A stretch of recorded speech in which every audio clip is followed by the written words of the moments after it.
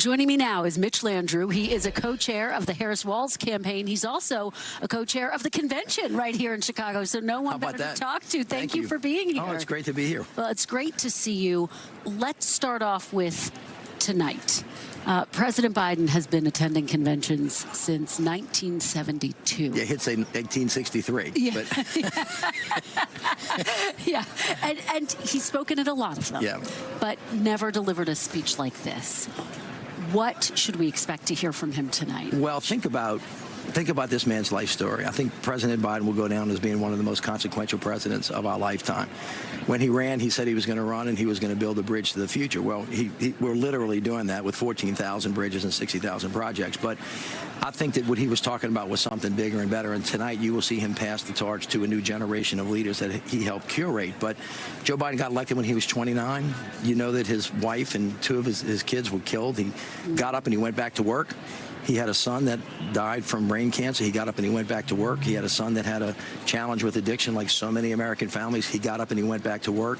And in this really difficult time, when in 3.5 years, he actually did 8 years of work, he's now going to pass the torch to another generation and celebrate a selfless life, because the decision he made to stand down for the good of America is one that will go down in the history books of being one of the most courageous acts that we've seen in a very long time. And the country owes him a great debt of gratitude. Do you think it's going to be an emotional night for Democrats? Oh, I have no doubt about it. I think that there's a huge amount of love for Joe Biden. Even people in the country that disagreed with his record admitted that Joe Biden was a good man. Joe Biden believed in faith. He believed in family. He believed in country.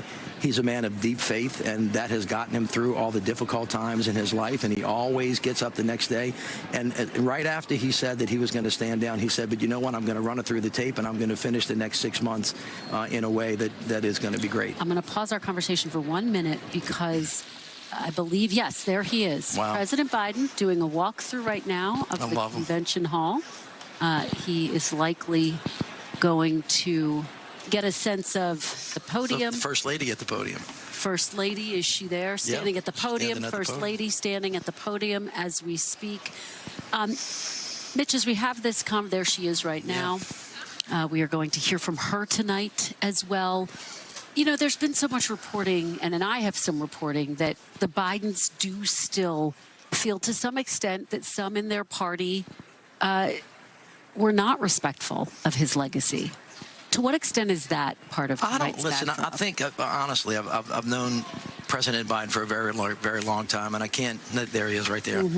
I adore him, and he has been great. But that is a man of incredible faith who has been through tremendous tragedy in his life that actually dwarfs anything that you go through in your life. If any of us have had sick children in our lives or a relative that died, everything else dwarfs. I think that his faith is going to lead him to have a deep sense of gratitude to the American people for giving him an opportunity to serve. That's the way he thinks. This is not a bitter man. No, he's a human being. I mean, you get your feelings hurt from time to time, but it's about forgiveness and it's about getting past it. And he's going to demonstrate to us once again, as he had throughout his life, that the way that you actually deal with adversity is you get back up and you go to work. As we have this conversation, as we watch President Biden and the First Lady take a walk through here at the United Center, a lot of people are asking, Mitch, what are the key differences between a President Harris, if she were to be elected, and a President Biden? Oh, here, let's listen in for 1 moment to the First Lady. She's doing a mic check.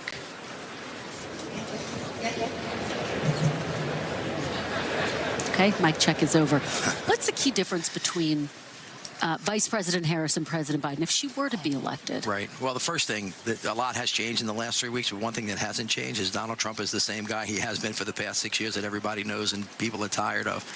Both of these individuals, both Kamala Harris and Joe Biden, are lifelong servants. You know that she served as a district attorney. She was the attorney general. She was a United States senator. She herself. But they're different people. He's an older gentleman who comes from Irish heritage and is really, really proud of it and wears that on his sleeve all the time. She's a young girl whose daddy's from Jamaica and her mother's from India. They grew up as a middle-class kid from Oakland. And they share the same belief that government, in partnership with the private sector and the faith-based community, can really do great things when we come together.